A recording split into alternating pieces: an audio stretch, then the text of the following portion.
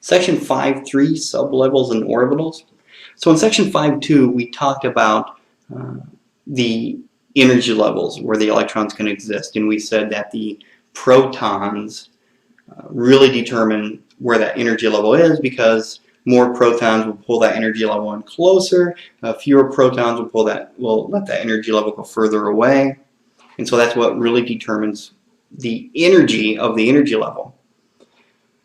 What we want to talk about and concentrate on now is the electrons that live on those energy levels, because it's the electrons that are going to determine the physical and chemical properties of the elements. So everything that we talk about from here on out, all the way up to the very last chapter, 16, that we're going to cover, it's all about the electrons. And then chapter 16, we talk about something else. So we have these energy levels where electrons can exist. The number of electrons that can exist on those energy levels is decided by 2n squared, where n is the energy level, or we can also say it's the period. So, for example, if it's the third period, we can have 2 times 3 squared, or 18 electrons can exist on the third period. Okay? Now, those energy levels, or periods, are made of sublevels. And so a sublevel is just basically sort of a divided up amount of energy. Right? Now, each electron in a sublevel has the same amount of energy. So here are the 4 common sublevels that you're shown: S, P, D, and F. Now what we're saying here is that each electron that's in the P sublevel on that energy level has the same amount of energy. So if I have, let's say, electrons on the third energy level, or the third period, and they are P, they're in the P sublevel, every one of those electrons that's on the third period in the P sublevel has the same amount of energy. And I'll point this out again once we get to it and explain it a little further for you. Now, the number of sublevels that can exist on an energy level is equal to n, where again n is the period or energy level. And then, as I've already said, the sublevels, we have S, P, D, and F. So again, we have the energy level, which is basically the period, and then each energy level is divided up into sublevels: S, P, D, and F. Now, these S, P, D, and F, they are the first letter of the German word that describes the shape of the sublevel. Okay, so the S, P, D, and F, just an abbreviation. Okay, so one thing you got to know: S has the lowest amount of energy, so the S sublevel has the lowest.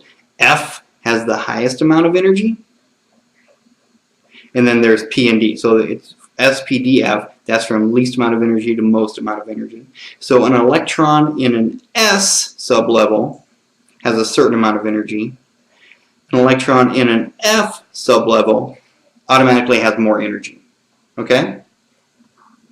Now, those sublevels have what are called orbitals. And an orbital is a three-dimensional area where the electron will probably be found, where it has the highest probability of being found. What they did was they tracked where an electron was, and then they sort of draw a shape around where that electron was 90% of the time. Think about it this way. Let's say it's September. It's a Tuesday in September. You should be in school. We know that between the hours of 8 a.m. to 3 p.m., you should be somewhere in the building. Do we know exactly where you're going to be? No. You should probably be in a classroom, but maybe you go to the restroom. Maybe you're in PE, and so you go outside of the building. But 90% of the time, you're somewhere in the building between 8 to 3. Well, that's an orbital, okay? A probability, an area of probability of where we can more than likely find the electron. Now, these orbitals have distinct shapes. So there's an S orbital, which is spherical. Okay, remember this is three-dimensional. There's a P shape, which is sort of a peanut shape, and there's PX, which goes along the x-axis. There's Py, which goes along the y-axis, and then there's Pz, which goes along the z-axis. Okay, so there are 3 different P shapes. There are 5 D shapes. It's not important to know the names, but it's not bad to know the names. And then F, which I don't have shown here, but there are 7 F orbital shapes.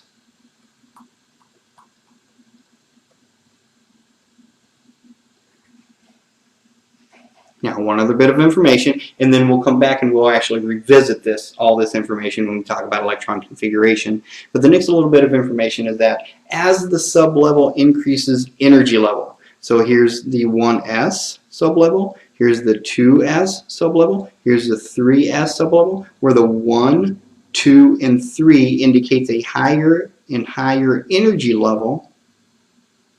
So as the energy level increases, the orbital shape increases. So here's the nucleus, and here's the distance from the nucleus to the outermost electron.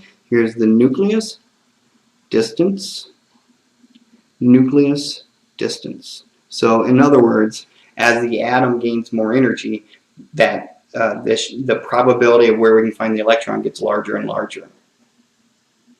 Now the last little bit of this is that the Pauli exclusion principle states that each one of those orbitals can hold 2 electrons. So what that means is S, which only has 1 orbital, there's the S orbital, right?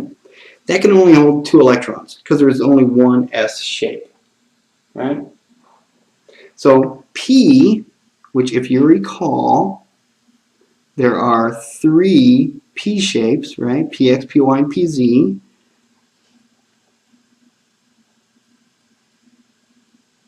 Okay. So that means P can hold 2, 4, 6, because each of those orbital shapes can hold 2 electrons.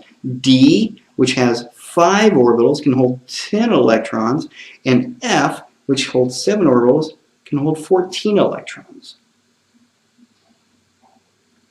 Now, these electrons have a quality of spin. In other words, they act like a magnet. They are not a magnet. They act like a magnet. Magnet.